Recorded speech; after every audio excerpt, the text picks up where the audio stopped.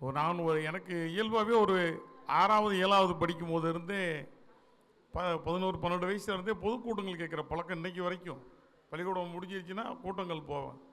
அதில் நாங்கள் இருந்தது கோரிப்பாளையம், நரிமேடு அந்த பகுதி. எந்த தெருவுக்குள்ளே 7 மணி 8 மணிக்கு பார்த்தாலும் ஒரு 9 மணி அளவில் ஐயா மரியாதைக்குரிய பொன்முத்துராமலிங்க ஐயா அவங்க பேசிகிட்டு இருப்பாங்க. எங்கே பார்த்தாலும் தல்லாவலம், பெருமாள் திடல், கோரிப்பாளையம் எங்கே பார்த்தாலும். அப்போ கம்ப்யூட்டர் வந்த புதுசு, அந்த ஒரு 80 நான் இப்போ ஒரு 8வது 9வது படிப்பேன்னு வைங்க. அவர் பேச்சு மட்டும் கேட்கும்போது அப்போ கம்ப்யூட்டரில் அந்த டிஜிட்டலில் டக்கு டக்குன்னு எழுத்து விழுகிற மாதிரியே இருக்கும். அந்த செய்தி ரொம்ப பிசிறு இல்லாமல் அச்சில் அழுகிற மாதிரி இருக்கும். அதெல்லாம் நம்ம வியந்து கேட்பேன். அப்போ பெரியார் ஐயாவை பற்றி சில இடங்கள் அங்கங்கே சொல்லுவாங்க பொன்முத்து. அப்போ சொல்லும்போது நானும் எங்கள் அண்ணனும் கடையில் உட்காந்து பேசிக்கிட்டு இருக்கும்போது இந்த தீக்காக்க உள்ளவே சொல்கிறேன். அப்போ எனக்கு போவேன், இந்த தீக்காக்காரங்க எங்கேயாவது கூட்டம் போட்டால் போய் கேட்கணும்னே.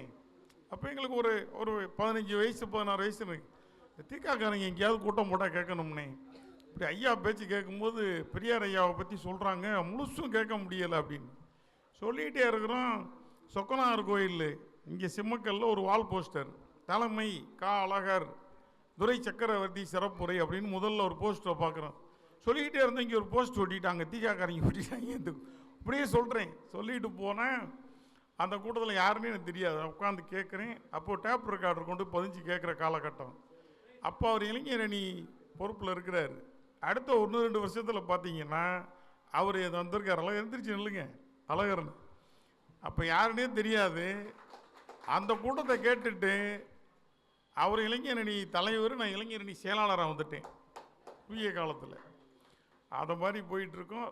இன்னும் பெரியார் பித்தன் ஐயா வரும்போது என் வாழ்க்கையில் சொல்லுவேன், என் வாழ்க்கையில் 3 ராமசாமி சம்மந்தப்பட்டவங்கன்னு.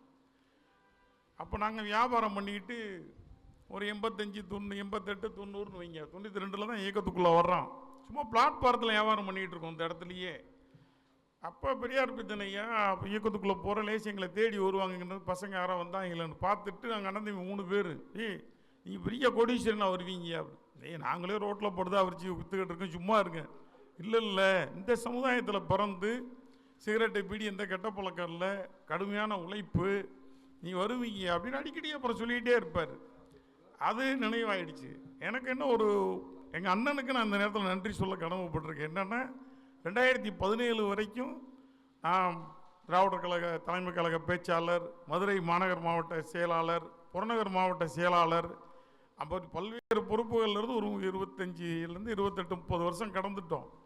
என்னுடைய தொழில் சூழ்நிலை காரணமாக 2017 ஒரு 5-6 வருஷம் எனக்கு ஒரு இடைவெளி இயக்கத்தில் இருக்கேன். நேரடியாக இயக்கம் கட்சிக்காரனா பெரியாரிஸ்டா இருக்கிறதுல பெரிய விஷயம்லாம் இல்லைங்க.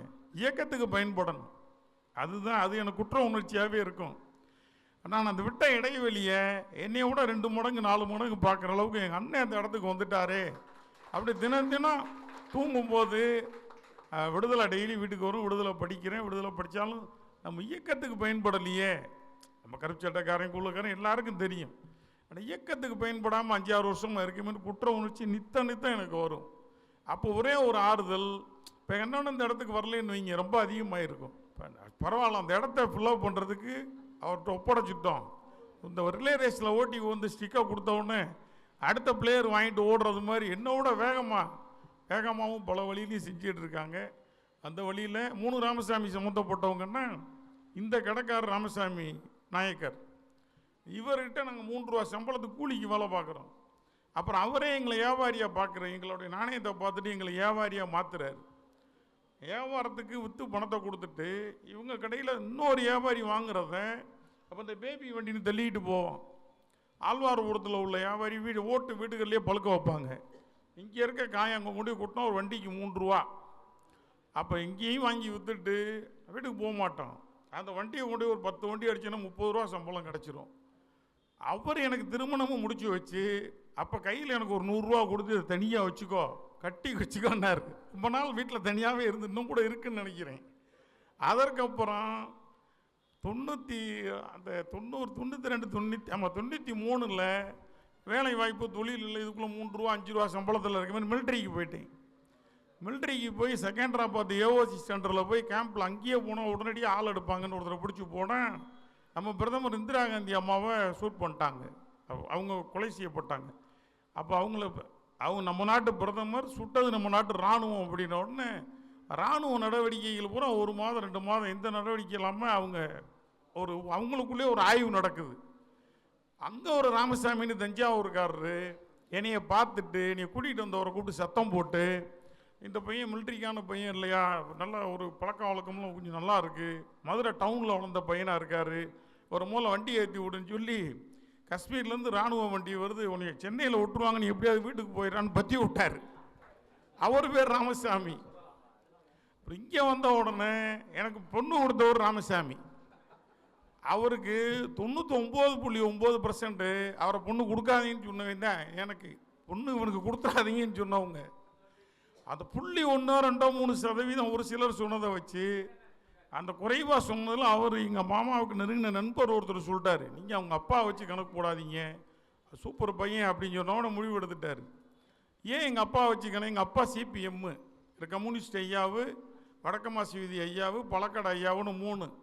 எங்கள் அப்பாவும் சிபிஎம்மில் இருக்கிறனால கம்யூனிஸ்ட் ஐயாவுன்னு தேடி வரவங்க எங்கள் அப்பா பார்க்க வந்துடுவாங்க. இப்போ எங்கள் அப்பா என்ன பண்ணுறார், குடிப்பழக்கம் அவருக்கு உண்டு, அதிலிருந்து மீள முடியாதனால நிகழ்ச்சிகளுக்கு மாநாடுகளுக்கு எங்களை கூட்டிகிட்டு போகாமலே விட்டுட்டார். ஏன்னா அவருடைய செட்டு சேர்றது, அவங்க போய் குடிக்கணும் வைக்கணும், இப்போ பிள்ளைகளுக்கெல்லாம் தெரியக்கூடாதுன்னு சொல்லி எங்களை ஒழுக்கமாக வளர்த்தார் ரொம்ப. ஆனால் அவர் அதனால என்னாச்சு, எங்களை ஒரு கொள்கை பக்கமே இழுத்துட்டு போகலை மாநாடுகளுக்கெல்லாம். அப்போ 3 ஐயாவும் இருப்பாங்க, கம்யூனிஸ்ட் ஐயாவு, கவுன்சிலர் ஐயாவு, இன்னொருத்தர் அம்மா, 2 கம்யூனிஸ்ட் ஐயாவும், இப்படி இந்த மாதிரியே ஓடிட்டு இருந்தது. அதனால் எங்கள் அப்பாவுடைய இயக்க அந்த எண்ணங்கள் எங்களுக்கு ஒரு காரணமாக இருந்திருக்கும். அதனால் 11-12 வயசுலேயே ஏதாவது நிகழ்ச்சிகள்னால் சினிமாவுக்கு போகிற பழக்கம் அப்பையும் இல்லை இப்பையும் இல்லை. பள்ளிக்கூடம் சாயந்தரம் விட்டால் பொதுக்கூட்டம் மதுரையில் தினசரி நடக்கும். அந்த மாதிரி நிறைய நிகழ்ச்சிகள். இது நாங்கள் வளர்ந்து ஒரு கஷ்டப்பட்டு வளர்றதான் கஷ்டம்.